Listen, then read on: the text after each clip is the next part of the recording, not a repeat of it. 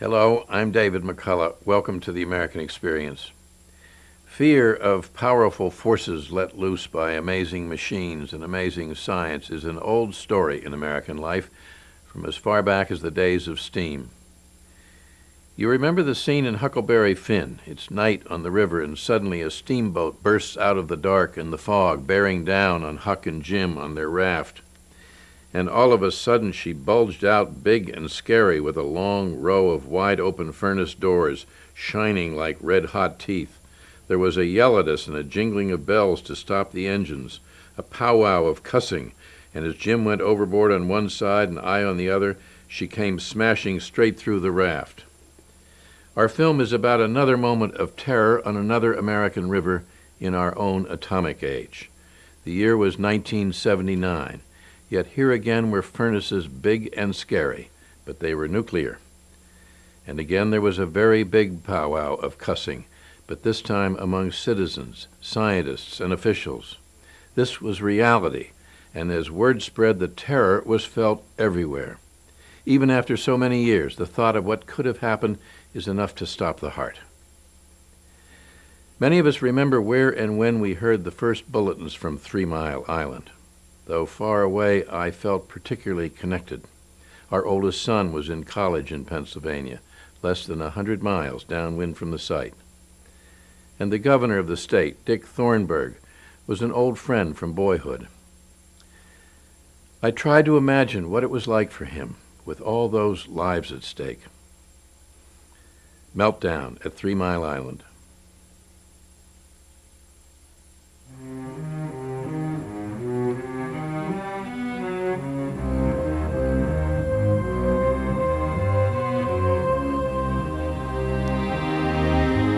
It was built on a sandbar called 3 Mile Island in the middle of Pennsylvania's Susquehanna River, just 10 miles downstream from the state capital of Harrisburg. The plant's state-of-the-art Unit 2 reactor had been generating electricity for nearly a year. 3 Mile Island was something, you'd go to the river and you'd say, wow, look at that power plant, look at those big steam towers. And I was just amazed and wide-eyed and looking at the thing, and it was just kind of neat. It was high technology, and this was going to be power that was too cheap to meter. People in the communities surrounding the plant had grown accustomed to the giant concrete fortress. For them, Wednesday, March 28, 1979, began like any other day. They didn't yet know that events leading to the worst nuclear accident in American history had already been set in motion. It started in the pre-dawn hours with a simple plumbing breakdown. Then a small valve opened to relieve pressure in the reactor. But unknown to the plant operators, it malfunctioned and failed to close.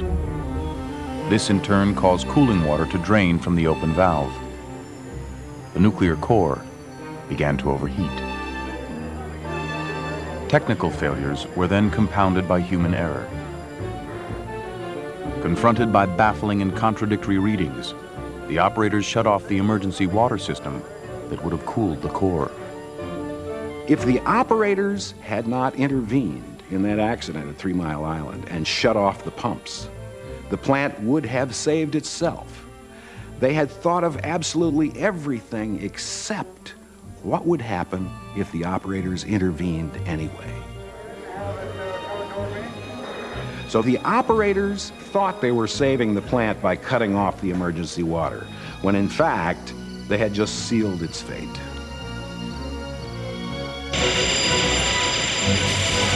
Within minutes, the control room console went wild.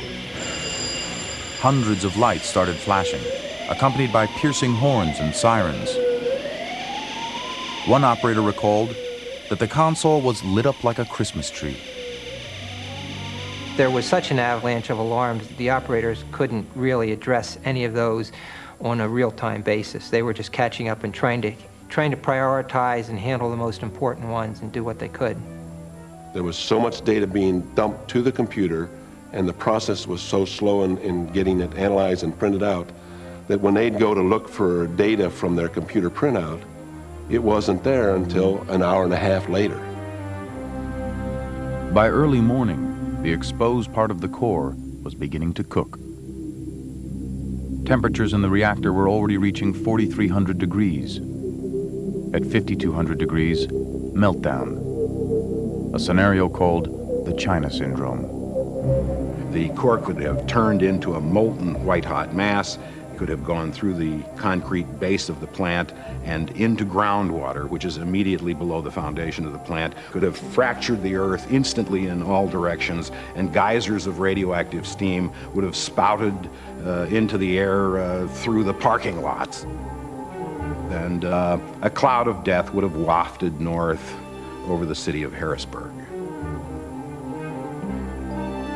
Operators remained convinced that the core was covered and safe. No one in the control room could see that 3 Mile Island was hurtling towards meltdown. Most of us who had spent our lives in this business didn't believe that could happen. We had a mindset that said we had these marvelous safety systems which had backups of backups. So there was that mindset that I think made it hard for people to really come to grips with the reality that severe damage had occurred. As the operators struggled to make sense of the accident, workers throughout the plant flocked to the control room. By 6:15, the control room must have had 50, 60 people in it, more arriving every moment. And then they get the alarm, radiation in the control room. Well, that's got to be a heart stopper. Contaminated water from the open valve had leaked into an adjoining building and was releasing radioactive gases throughout the plant.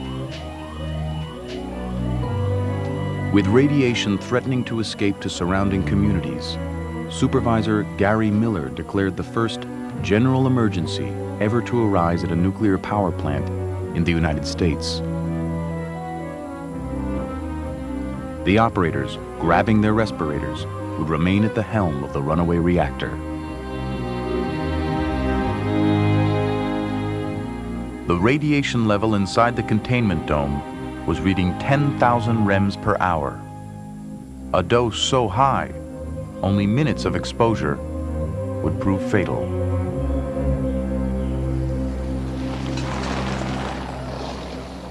For 4 hours, 3 Mile Island had smoldered in silence. Shortly after 8 a.m., a local radio station began picking up the first hints of trouble. We first learned that something was wrong at 3 Mile Island because a traffic reporter, he's out driving around, and he says, you know, I'm getting things on the scanners here. He says, are you picking this up? I said, I don't know what you're talking about. And he said, well, apparently they're mobilizing some fire equipment and emergency people at 3 Mile Island. And he said, oh, by the way, there's no steam coming out of the cooling towers. So now I'm thinking, something's really weird going on there. I called 3 Mile Island, and the receptionist had been so harried that morning that she didn't listen to me. She just put me through to the control room. Now I hear all this commotion behind me, in the background. There's a guy on the line. I tell him who I am, and I ask him, is there fire equipment there? And he says, I can't talk now, we've got a problem. And boy, did they ever have a problem. Okay, we have this news bulletin that we're going to get on right now. Here's Mike Pintak. Okay, thank you, Jim. There is a general emergency at Metropolitan Edison Company's 3 Mile Island nuclear power plant. A utility spokesman says there was a problem with a feed water pump this morning. As word of the accident slowly leaked to the outside world, the governor of Pennsylvania, Dick Thornburgh, learned the news from his aides. The minute I heard that there had been an accident at a nuclear facility, I knew we were in another dimension. Thornburgh immediately turned to Lieutenant Governor William Scranton III, chair of the state's emergency council. There had never been anything like this. It wasn't something you could see or feel or taste or touch. We were talking about radiation, but which generated an enormous amount of fear. 3 Mile Island's parent company, Metropolitan Edison, or Met-Ed, told Scranton that no radiation had been detected off plant grounds. The Metropolitan Edison Company has informed us that there has been an incident at 3 Mile Island, Unit Number 2. Everything is under control. There is and was no danger to public health and safety. In his first statement to the press, the Lieutenant Governor confidently reiterated Met-Ed's assurances. He would soon learn that his confidence had been misplaced. What I had said in the morning was there has been no significant off-site release, only to find out moments later that, in fact, there had been an off-site release. And the indignation that welled up within me was memorable. I still haven't gotten over that. It was at that point that I realized that we could not rely on Metropolitan Edison for the kind of information we needed to make decisions. Early that afternoon, the national press began converging at 3 Mile Island's observation center. Satisfied that all my employees acted properly. Would you characterize this accident as a close... Met-Ed had never faced a public relations crisis like this. Unprepared for the media onslaught, they chose Jack Herbine, an engineer with no prior press experience, as their spokesman. The question was, why didn't we notify the people? The incident occurred this morning around 4 o'clock. The safety systems functioned as they should have. In the first press conference, they were playing down the importance of what had happened in the plant.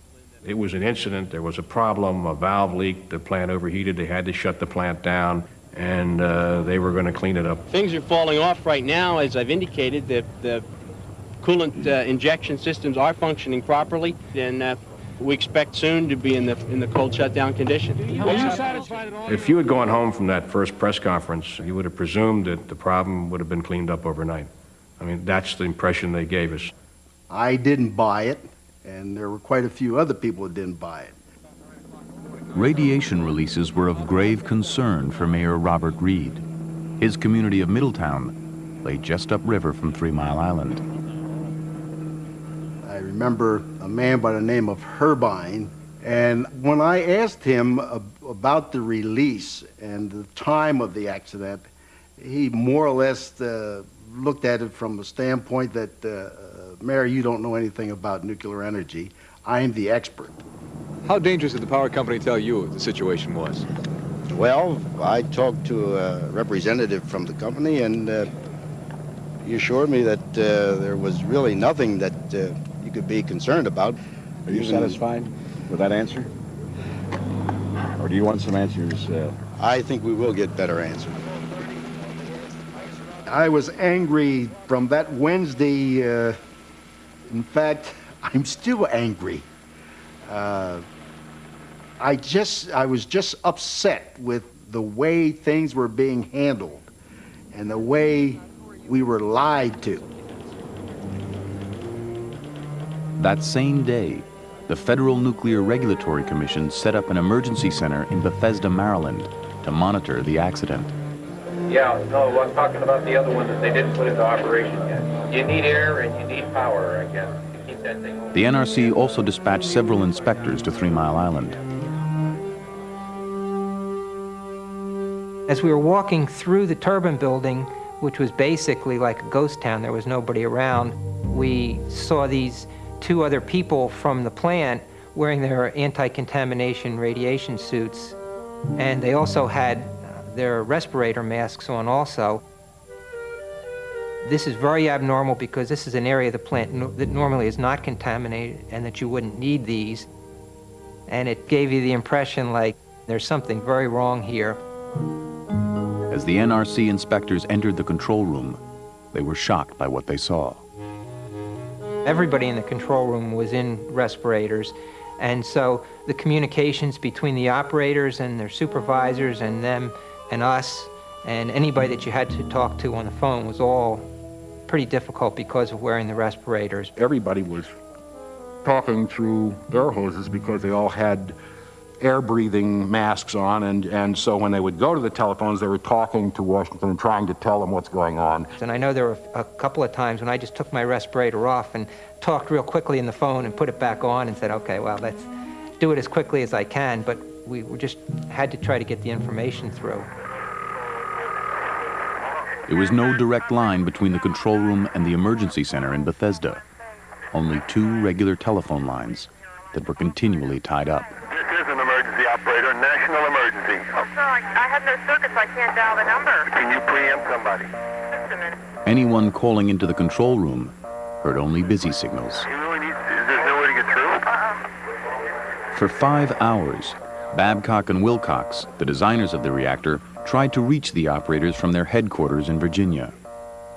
The designers of the plant down in Lynchburg could not get through under any circumstances, and they had to relay all the information through a regional NRC office in King of Prussia, Pennsylvania, to the Unit 1, which is north of the accident, and then a runner would run over to Unit 2 and read the gauge and run back and report this. So the people down here are getting fourth-hand information, which is largely incorrect and certainly incomplete, and they're passing back advice which doesn't make it all the way. Finally, Wednesday evening, an urgent message from Babcock and Wilcox got through to the control room. Get water moving through the core. As soon as the operators restarted the pumps, temperature and pressure in the reactor dropped and stabilized. 16 hours after it had begun, it appeared the accident was over. It was the first step in a nuclear nightmare. As far as we know at this hour, no worse than that. On national television, viewers were assured the situation was under control. It's probably the worst nuclear reactor accident to date. There was no apparent serious contamination of workers, but a nuclear... In Washington, President Jimmy Carter was watching events closely. A trained nuclear engineer, he knew what could happen if there was damage to the core.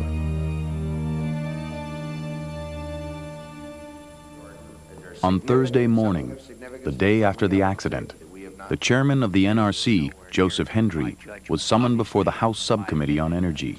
You responded to a question asking how close the water came to the top of the rods with this statement: I don't know how close the water was to the top of the rods. If you don't know, then how can you say whether or not we were close to a core meltdown? I guess based on just an assortment of aspects of this incident that say we were nowhere near it, in my judgment. Obviously. Within the NRC, no one really thought that you could have a core meltdown. I mean, it was more maybe the Titanic sort of mentality that this plant was so well designed that you couldn't possibly have a serious core damage. The accident occurred at a time when a growing number of Americans questioned the safety of nuclear power. There was a perception that the Nuclear Regulatory Commission was in bed with plant operators, not just this plant, but all plant operators. The Nuclear Regulatory Commission wasn't a regulatory commission, it was a promotional. It should have been called the Nuclear Promotional Agency. The economic turmoil of the 1970s had transformed the nuclear industry. Oil shortages had raised prices from $3 a barrel in 1972 to $30 a barrel by 1979. Enticed by the prospect of cheap energy, utility companies ordered scores of nuclear power plants. We had no control over the number of plants that came in the door. I mean, we were just like your driver's license bureau, and there are people lined up at your desk waiting for an eye exam and a driver's test. And we used to talk about inviting people in off the street to see if they didn't want to come work for the NRC, because we really had more work than we could handle. And we'd review a power plant maybe with 10 to 12 man-years of effort. And you got to remember, it takes thousands of man-years of effort to design a power plant, so we were putting in an extremely small audit. They scaled this thing up from the 100-megawatt demonstration plants, the sort of laboratory proof of concept nuclear power plants, to these 1,000-megawatt super plants like Zion and Dresden and 3 Mile Island, without anything in between. These monster plants were something that they did not understand clearly. The valve that failed at 3 Mile Island had malfunctioned 11 times before at other nuclear plants. But neither the designer of the reactor nor the NRC had taken corrective measures or issued a warning. Now, that warning, if it had gone out to all the rest of the similar nuclear power plants, the accident at 3 Mile Island would never have happened, and that plant would have remained an anonymous sandbar in the middle of the Susquehanna. A number of people in the mid-70s left the NRC because they felt that safety concerns just weren't being taken seriously. The mindset, to be somewhat simplistic about it, was that everything was safe enough already, that anyone who wanted to raise a new concern, anyone who was skeptical that a particular plant should be licensed, had an immensely heavy burden to demonstrate that it was worth really perturbing the process. Because nothing serious had happened yet, or at least nothing serious enough had happened yet. Throughout Thursday morning, Governor Thornburg felt uneasy. The NRC had assured him that the danger was over, but he wanted a first-hand assessment of conditions at the plant. It occurred to me, someone's got to go down there and look at that place and see it. And I being, 30 years old and maybe thinking I was more immortal than I really was, said, I'm going to go down there. 3 Mile Island was in the middle of the Susquehanna River, in the middle of farm country. So it's not like you've got a lot of large buildings around. I mean, you just drive up and there they are. They're magnificently huge, beautifully engineered symbols of the power of technological society to do good and the power of the technological society to do harm. And right now, something's going on in there that you don't understand, and it can be very dangerous. When he arrived on the island, the lieutenant governor asked to see the source of the radiation releases. Before he entered the highly contaminated area, Scranton was fitted with a protective suit. It's like getting ready to get into a spacesuit to go on a spacewalk. There were boots that fit over pants, and there was layer upon layer upon layer. It took me 45 minutes to get in all of the suits and putting all the dosimeters on me so that they knew how much radiation I got, and the protective boots and everything. And I remember walking in there, and I must say I was quite unnerved the closer I got to it. When I started walking in, I looked down and I saw on the floor this water, which looked like, water in your basement, except it happened to be in the auxiliary building of a nuclear power plant. I realized that what was around me was highly contaminated. But I came back with a much clearer understanding of what was going on in that island.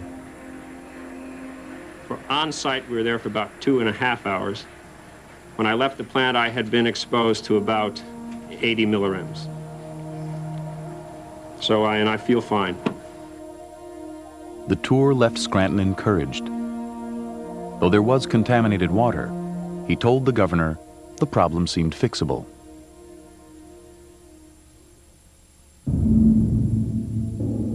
But in the early morning hours of Friday, it appeared the plant was once again out of control. It was reported that a large burst of radioactive gas had escaped from 3 Mile Island.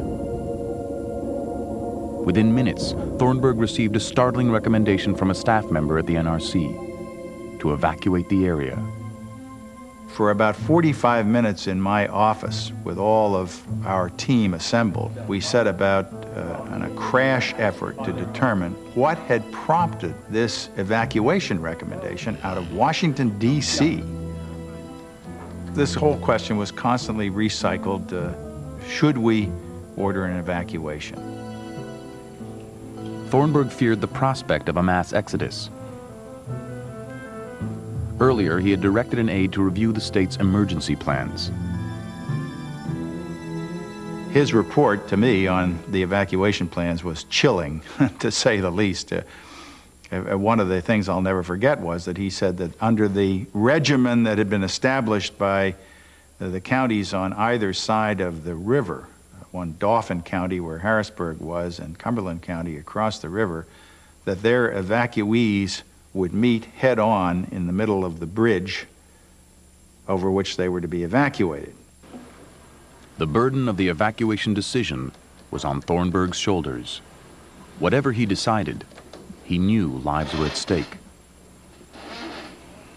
The governor was anxious to get advice from the chairman of the NRC, but he got no reply.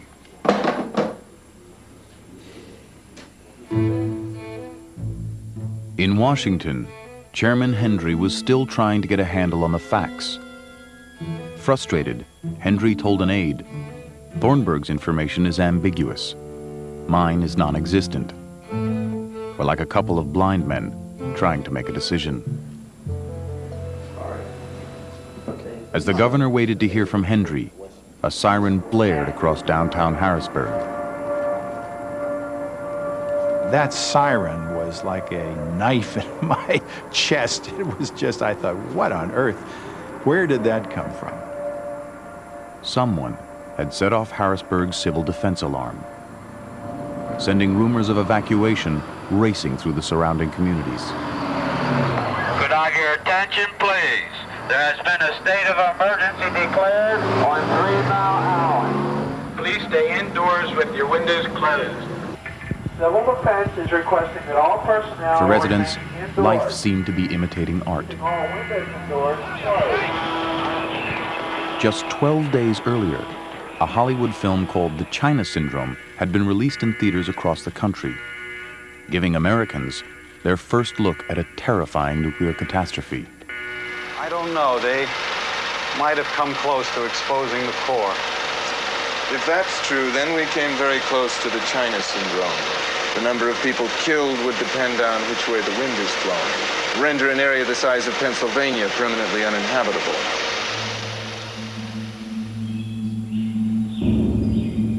It was a beautiful day, a very sunny, bright morning. My windows were open, my phone rang, and my sister wanted to know where I was going. She was calling from LA saying, get out, hurry up and get out. And people around the country were calling and saying, you know, get out of there, hurry up and get out. Frightened residents braced themselves for the worst. Our neighbors told me that I was to come down to their house. They had guns and they had a chainsaw and a big truck, and they would get up on the highway, cut down any barriers that were there and fight their way through, and we would leave any way they pleased. So the idea that there was going to be any kind of an orderly evacuation was pure fantasy. Thornburg knew he didn't have much time to stem the panic. Shortly after 10 a.m., he finally got some welcome news. The radiation release had been grossly overstated. One critical number had gotten distorted in layers of garbled communications. The explanation did little to calm frayed nerves. The crisis in Pennsylvania had made front-page news around the world.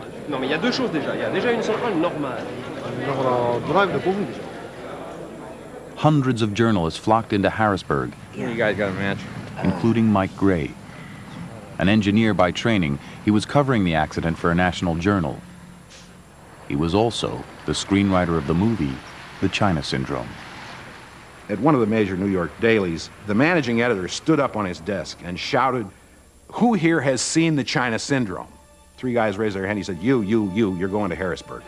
So the movie then became a briefing film for the press. At 11 o'clock, Med-Ed called another press conference. By now, the press corps was growing openly distrustful. The release that was made yesterday was within the limits that were acceptable, and was. I don't know why we need to tell you each and everything that we do. Well, why not, Jack? You know, we only live here, and you may kill us here before you're all finished. Don't you feel a responsibility to 1 million people living around the planet to keep them informed of every last facet of it? The press became very demanding. They were asking more and more intelligent questions, and more specific answers were demanded, and each time Herbine tried to back away from it, and finally the reporters got vicious. I'm here today to try and ease the level of panic and concern. and tell you that, Mr. Irvine, there are other people who are doing that job. I remember feeling very angry, and I shouted a question to Jack Herbine, something along the lines of, "You started to melt that thing down, didn't you? Didn't you?" And I guess at that moment I was not a journalist anymore. I lived here, and I was mad. I was angry.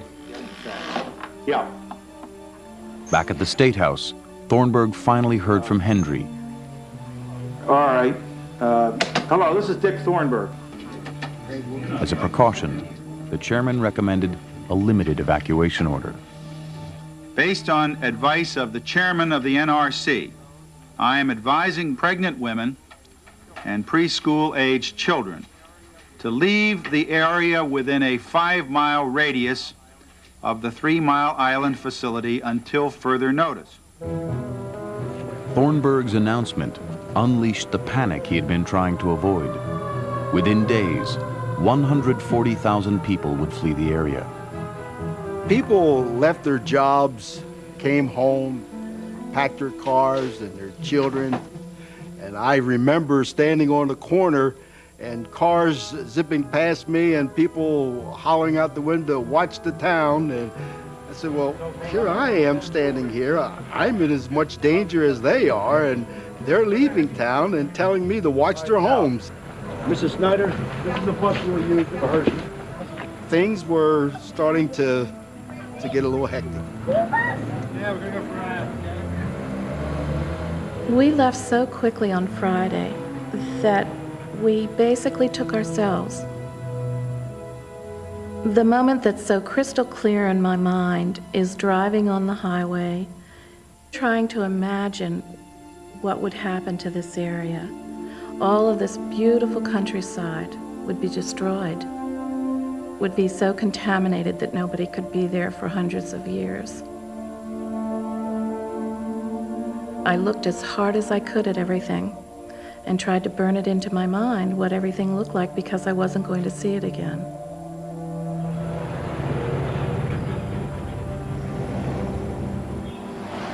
My father wouldn't leave. Dad was thinking of his neighborhood, and he was going to stand guard. When I said goodbye to my father, we were both very careful not to say things more than we were to say things. I think we said goodbye, see you soon, to one another. Askamraden Snaden, which means stay in touch. I'll let you know. It was probably a few of the most horrible moments of my life. I had to drive away. It was horrible. At the White House, President Carter was becoming alarmed. For an hour, he'd been trying to call Governor Thornburg, but the phone lines were clogged.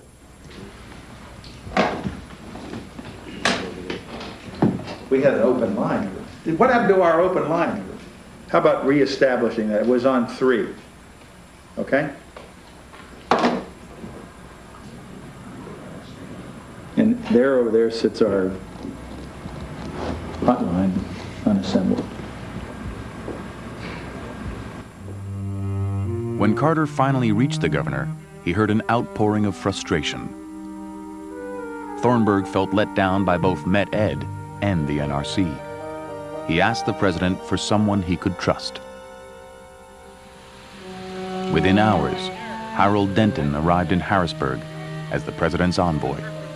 So I agreed to go, but I saw it at that time as I was a fireman, and I was rushing to the scene of a fire.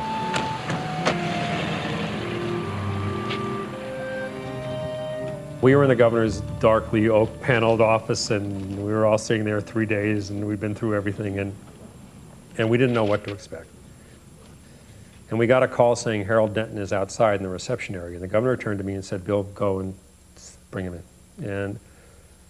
And I walked down, I opened the door, and he stepped in, and he said, "Hi, I'm Harold Denton." And I said, "Hi, I'm Bill Scranton." But the minute he said, "Hi, I'm Harold Denton," you know, sometimes you have this feeling about people, it just was this is the right guy. Well, I'm Harold Denton. Harold, NRC. Dick Thornburg, how are you? My first look at Harold Denton was on a television set, and he's kind of this slow talking, my recollection is southern sounding kind of guy who will automatically put you at ease and makes you feel more comfortable and safe. And that's kind of how it felt. Well, finally, somebody's here that we can trust. We've assured ourselves that there is no imminent danger to the public. That's Harold Denton. As a result of the way the core is being cooled, there are a number of safety As Denton systems calmed that could fears be in activated Harrisburg, if necessary. tensions were growing back at NRC headquarters. Roger Mattson, one of the NRC's most experienced engineers, had been analyzing a stream of data from the control room. He was horrified to discover the presence of a hydrogen gas bubble above the core. The bubble could prevent cooling and eventually lead to a meltdown. Mattson's report to Commissioner Hendry was blunt. Well, what I told them was that we had a reactor that was in a condition that no one had anticipated, that the core was severely damaged. I think I called it a horse race. How the hell do we get the bubble out of there? Do we win the horse race or lose the horse race? I don't know what we're protecting at this point. I think we ought to be moving people. And at that point, I put my 2 cents worth in on the evacuation. I asked him why he was not making a recommendation to move people. That we thought that there should be some form of close-in evacuation. Fearing another false alarm, Hendry stalled. For the first time, the press began to use the word meltdown. The world has never known a day quite like today. It faced the considerable uncertainties and dangers of the worst nuclear power plant accident of the atomic age. And the horror tonight is that it could get much worse. The potential is there for the ultimate risk of a meltdown at the 3 Mile Island. That evening before sundown, I went out and I'm looking in the sky. And I know this is kind of dumb, but I just remember the sky with the strangest colors of purples and oranges and deep blues, and it was just a really weird sky. It almost reflected the emotional turmoil that we were feeling over what was going on at 3 Mile Island. So that's what comes to mind when I think of Friday, or Black Friday as I call it.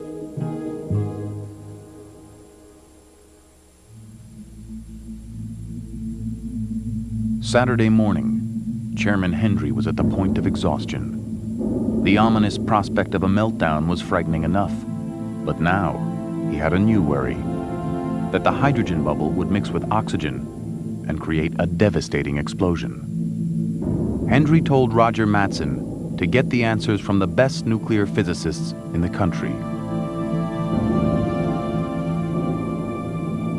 At the State House, the governor once again faced an agonizing decision.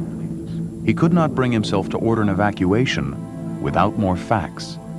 Still, his team began preparing for the unthinkable. We were making plans for the evacuation of not only the people, but of government, of how we were going to govern in the case of a massive meltdown and an escape of radioactivity. I mean, we were going through some very tough scenarios. And not only were we going through tough scenarios, but these were tired, overworked, very stressed people. Back in Bethesda, reports from Mattson's consultants began pouring in. The news was grim. There was a moment of truth for Roger Mattson.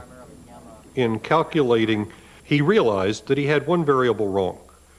That instead of talking about an explosion that could happen in a period of a day or two, that they were already at an explosive level. At any moment, the plant might explode. They were sitting on a time bomb. But at his makeshift office near 3 Mile Island, Harold Denton was calm. He was getting a more optimistic assessment from his technical advisor, Victor Stello, a well-respected NRC engineer who was conferring with industry insiders. I think the Washington group was getting more concerned that it might already be an explosive mixture there, and Mr. Stello and his consultants were coming to the view that there wasn't any explosive potential at all. And we just couldn't seem to bridge that technical gap. The lives of tens of thousands of people now hinged on whose calculations proved right. In the early evening, word of the explosion theory leaked to the press. By the time Harold Denton spoke to them at 11 o'clock at night, journalists were close to hysteria. In the state capitol were several hundred reporters who got the word that this thing may explode, and it's, you know, like a stone's throw down the river from where they're standing right at this moment. They went into the press room and they weren't after a story. What they wanted to know was, is it time to get out? On Saturday night, I'm saying to myself, my life at about 27 years old is going to be over, because these arrogant utility operators have allowed this thing to run out of control, and they're going to kill us. There were still 500,000 people in the Harrisburg area waiting for Thornburg's order to leave. The governor would base his decision on Harold Denton's word. We see no possibility of hydrogen explosions in either the containment or in the reactor vessel in the near term. With regard, you've got to understand that people in Bethesda were saying, hey, we're nervous. But we didn't listen to people in Bethesda. I don't mean that, you know, we were rude to them or cut them off, but frankly, we believed the people on site. And Harold Denton was the guy we trusted most by this time. But it's certainly days before flammability limits would be reached, and many more days after that before detonation limits would be reached, all of which assume that we did nothing but sit on our hands here instead of getting the hydrogen out of the vessel. Then Thornburg added some reassuring news. President Carter will be paying a visit to the area to make a personal on-site visit. And I think this is an important vote of confidence and a further refutation of the kind of alarmist reaction that is set in some quarters. I knew the president was arriving the next day, and there wasn't anyone on my staff at the site who thought that was anything dangerous or that we shouldn't, or that we should object. And yet in Washington, there was building sentiment that maybe it was an unwise thing for the president to do. It's a great public relations gimmick to calm people down, but only if the plant doesn't explode. And as far as Matson was concerned, the plant was already explosive. Any kind of a vibration might set it off.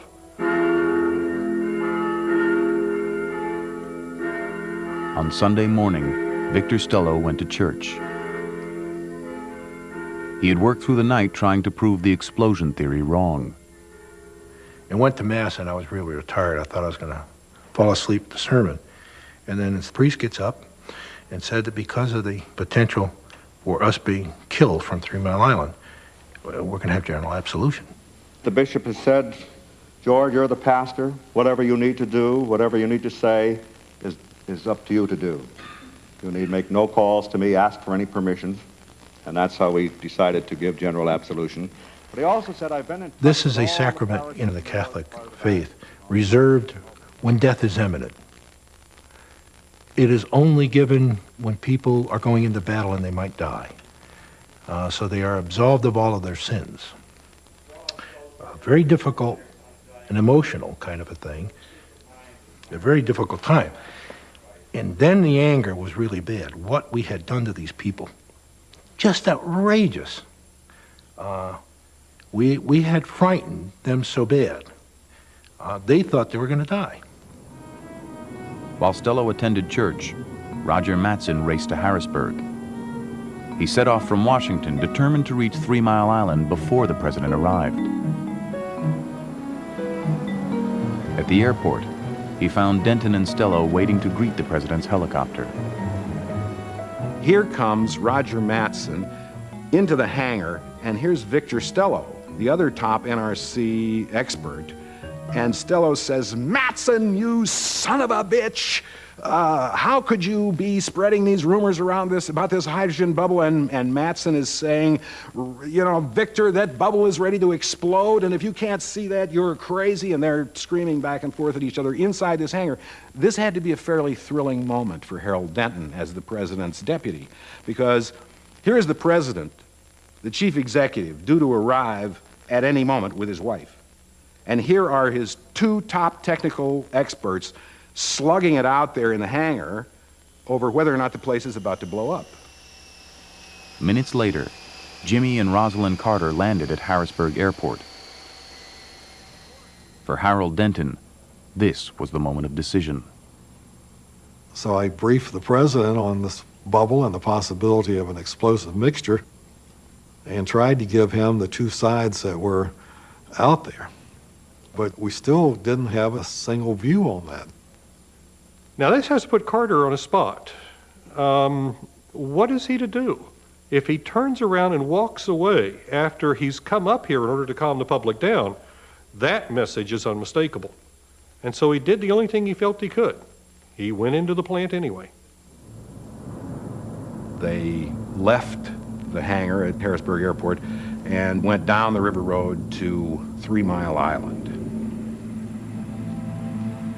And watching that motorcade that day was a remarkable experience, because there were people who had tried to stick it out through thick and thin, been advised, get out of town, no, it's safe, pregnant women should leave, but everybody else is okay, and they've been whipsawed back and forth with leave, don't leave, it's about to explode, no it isn't.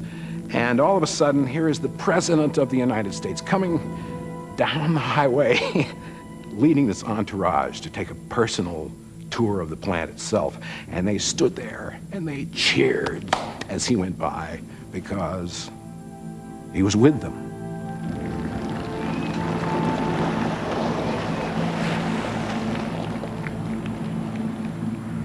I remember all of us were outfitted with these little yellow booties that we put on over our shoes, and that was to protect us from water that was radioactive water, which was on the floor inside the facility. And then we went to the site. We all got on a bus, and the bus then went on site. We got out, went into the control room. That was an eerie feeling. Here we were, Sunday morning, 4 days plus a couple of hours after the accident, at the very site where things had gone wrong. Just outside the plant gates, Victor Stello and Roger Mattson were frantically reviewing the explosion theory. For 2 days, Stello had struggled to prove Mattson wrong. Finally, in the late afternoon, Victor Stello found the flaw in Mattson's calculations. They were using the wrong formula. The hydrogen bubble was never a threat. What puzzles me is how many people, not just in the NRC, not just at 3 Mile Island, but people in the industry on the phone as technical consultants who were on site, how many of them dealt with that formula and nobody noticed. Now scientists and engineers were correctly assessing the accident. But back on the island, there was still confusion. When we reached the gate to turn back in our dosimeters that we had worn, the president reads his dosimeter and it's reading high. It's 78 millirem. Oh my God, my heart stuff. What has happened here? Have I exposed the president? And I read mine, which was an NRC issued dosimeter. It read 0. Turns out the company had gotten so far behind on their ability to recharge dosimeters and hand out fresh dosimeters to everyone, they just noted what they read when they were turned in last and subtracted the difference. And the plant people didn't see any big deal, but momentarily there was mass confusion on the bus and everyone was thinking they had received an unexpected exposure. And I think at that moment, President Carter began to lose a little confidence in not only the company, but me.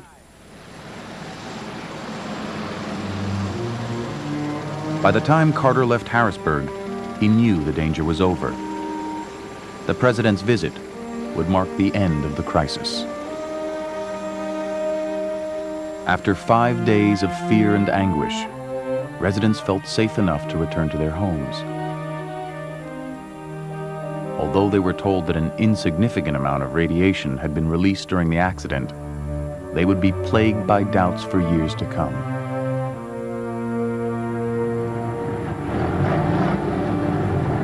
On the island, lead bricks were brought in to build a wall around the reactor.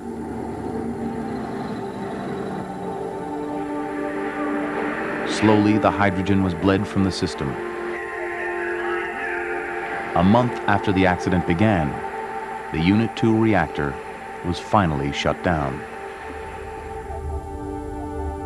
I don't see how you could ever erase the memories of frustration, of uncertainty, punctuated by moments of stark terror that attach to an incident like 3 Mile Island, and the eternal sense of relief and deliverance when that was finally over.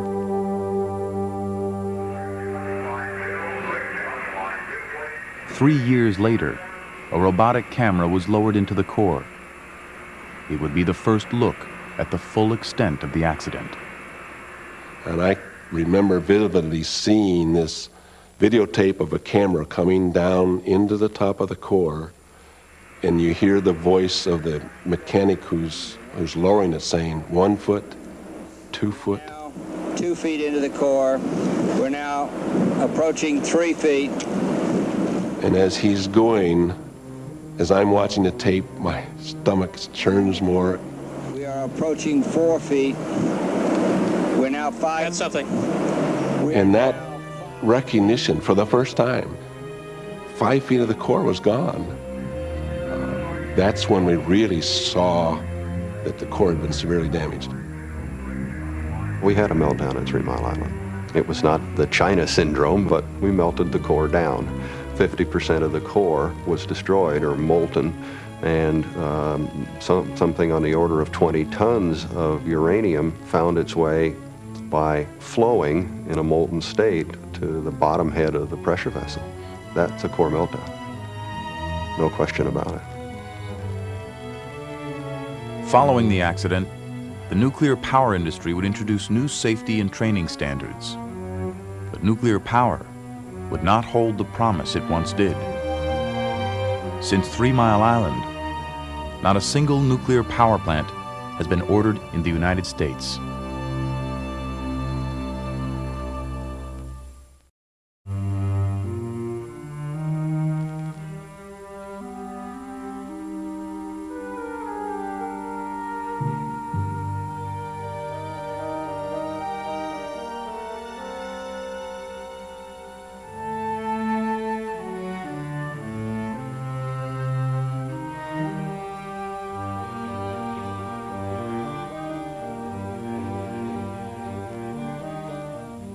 To order Meltdown at 3 Mile Island on video cassette, call PBS Home Video at 1-800-PLAY-PBS.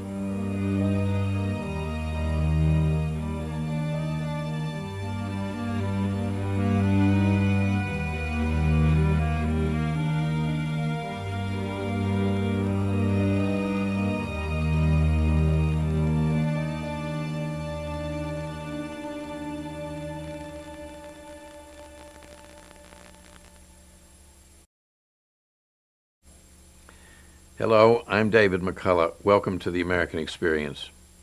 Fear of powerful forces let loose by amazing machines and amazing science is an old story in American life from as far back as the days of steam.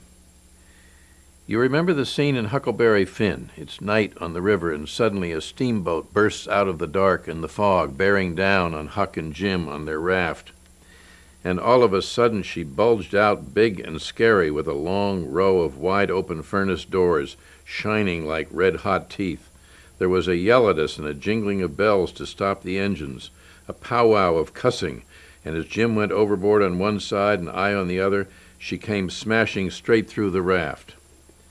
Our film is about another moment of terror on another American river in our own atomic age.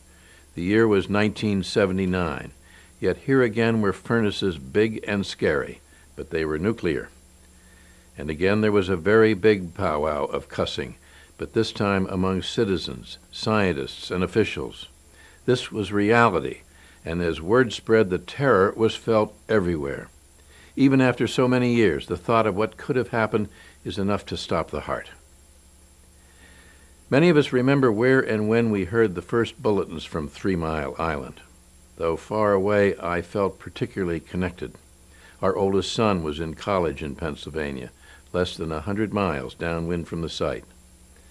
And the governor of the state, Dick Thornburg, was an old friend from boyhood. And they get the alarm, radiation in the control room. Well, that's got to be a heart stopper. Contaminated water from the open valve had leaked into an adjoining building and was releasing radioactive gases throughout the plant. With radiation threatening to escape to surrounding communities, Supervisor Gary Miller declared the first general emergency ever to arise at a nuclear power plant in the United States. The operators, grabbing their respirators, would remain at the helm of the runaway reactor. The radiation level inside the containment dome was reading 10,000 rems per hour. A dose so high, only minutes of exposure would prove fatal.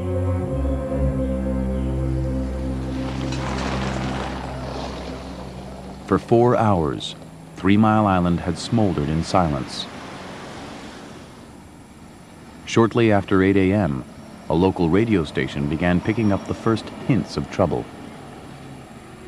We first learned that something was wrong at 3 Mile Island because a traffic reporter, he's out driving around, and he says, you know, I'm getting things on the scanners here. He says, are you picking this up? I said, I don't know what you're talking about.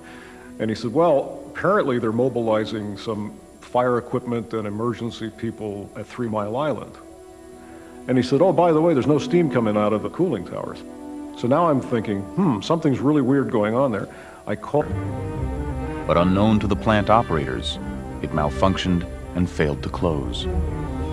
This in turn caused cooling water to drain from the open valve.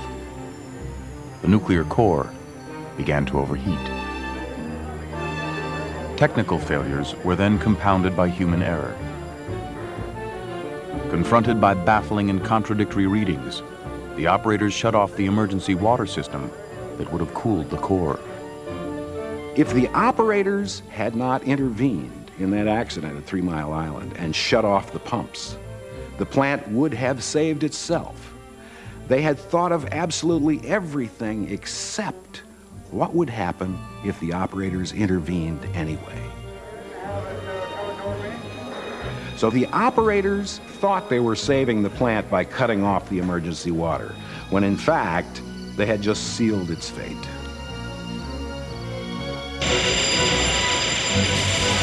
Within minutes, the control room console went wild. Hundreds of lights started flashing, accompanied by piercing horns and sirens. One operator recalled that the console was lit up like a Christmas tree. There was such an avalanche of alarms that the operators couldn't really address any of those on a real-time basis. They were just catching up and trying to prioritize and handle the most important ones and do what they could.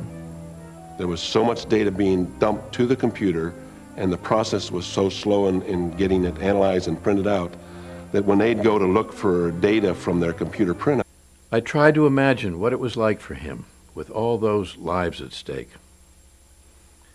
Meltdown at 3 Mile Island.